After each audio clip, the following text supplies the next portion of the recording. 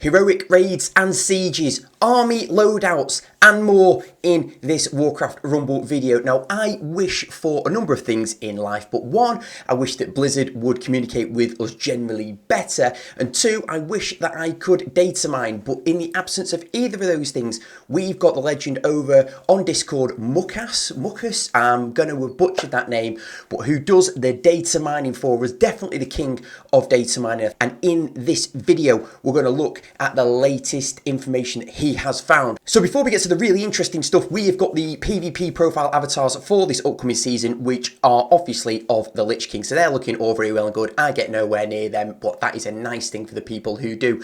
The actual meat and bones of this video then is going to be the information that's been data mined around heroic raids and sieges, molten core. So it says here that the difficulty of the mission version, this is used to drive bolt on data in heroic raids and sieges. That is going to be absolutely massive. We've been waiting for some new end game content. We've been waiting for a new raid.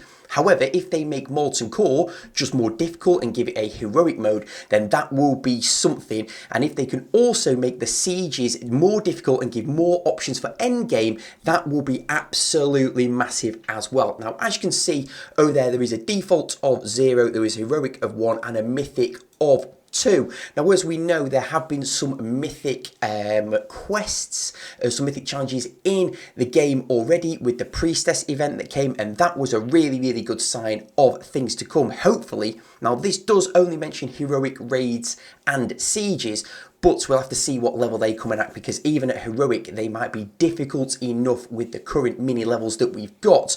Mythic raids might be a step too far at the moment, but something for the future. But the point is, the game is heading in the right direction. This is the second video in a row that's been positive after all of the balance changes only a few days ago. So let me know, what do you think down below? Have I read that right? But anyway, heroic raids and sieges seem to have been data mined in the most latest game build. Now, looking at some of the pictures that are involved then, so we've got this map. I don't recognize this map. This green swirly entrance is classic World of Warcraft raid entrance portal, but I don't recognize this.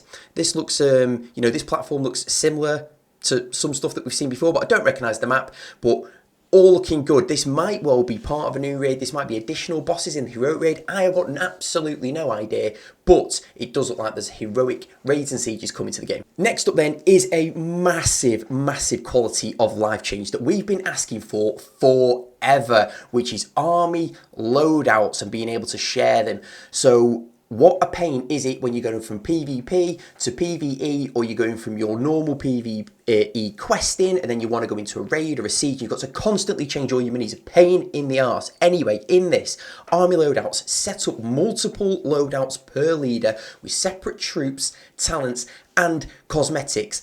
But the best bit about this is, yes, that is really good. That's absolutely awesome. But I think the best bit about this is you can share these loadouts, and not just share them in game, you can share them out of the game as well. So copy your loadout code to share a set of troops and talents in guild chat, online, or to copy them to another leader. And if you've got any unowned minis in that code, then they just won't be equipped, obviously. This should have been in the game from the very beginning, but I'm not here to dwell on what should have been here. The fact is, it looks like it's coming to the game. Screenshot here. Look at these lovely numbers at the bottom. 1, 2, and 3 slots, it looks like, per leader. And then you've got the triple dots here, which is going to have some sort of either share, possibly share being one of them, and maybe clear deck as being another one. I don't know what those buttons are going to be, but 3 slots per leader. Oh baby, this is what I'm here for. Next, it looks like there is a new leader coming, which is going to be Chromagus. Unlock by collecting Chromagus in the portrait. It looks like it's going to be another split leader, so half a Blackrock and half Horde. For anyone not familiar with Chromagus, if I'm even saying that right, he looks like this from World of Warcraft. So we can click on one of these. So it looks like a big double-headed dog thing with spikes and a big chain kind of necklace thing going on there. Another picture there. So whether we're going to get this kind of, orangey looking version or this like darker purpley blue version, I don't know, but another split leader coming to the game looks like Blackrock and Horde. Next up then, it looks like there are mini skins customizations coming to the game, starting out with a Jaina blue and pink test.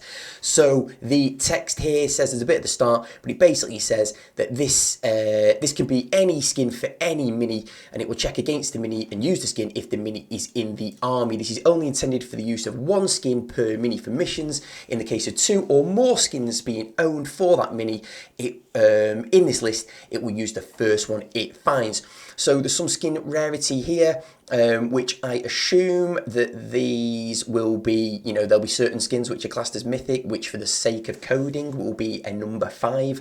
If anyone knows more about coding, let me know. That might be absolute nonsense, but that's how I think it's going to work.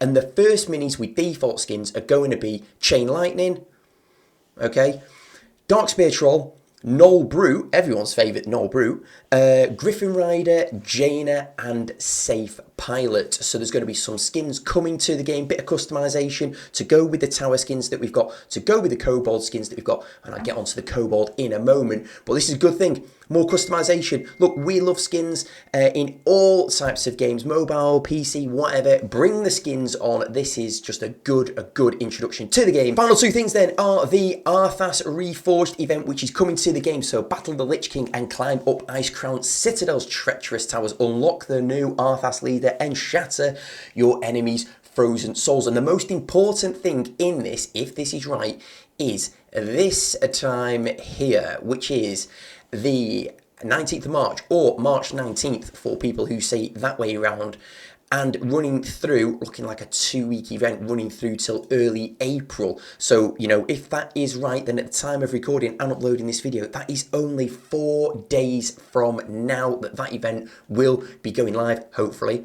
Nothing official yet. Some pictures. The Lich King is just absolute unit. I love the look of this. Look, so keen for that. And what's he got on his little throne there? Lich King is going to be mega. I really hope that Lich King comes with some cool stuff and really makes an impact. Next up then, and finally, is some stuff that's going to be in the shop. So the Pillars of Frost, talking of skins and tower skins, they look epic. I am well pleased with that. Please don't just overcharge me for these tower skins. I really want these tower skins, and I just can't be bothered paying like loads for tower skins. But these ones, I might have to book the trend and get hold of these ones. So I think they look absolutely sick. Love that sword. Next up then, we've got the Crown Prince of Lordaeron. And finally, the Cenarian Kobold. Look at that thing. I can't make my mind up about that. Lime green, light pink, purpley, not sure, but anyway, pretty funky looking kobold there. So for people who are into their kobold skins, there you go, there's another one coming in the game. That looks like what's coming to the game. Thanks again to Ojh&x for doing the hard work for us and for giving us the updates and the insight that we just wish we got officially. Let me know down in the comments, how have you interpreted that? Do you agree with me? Are you excited? Thanks for watching. I'll see you in the next one.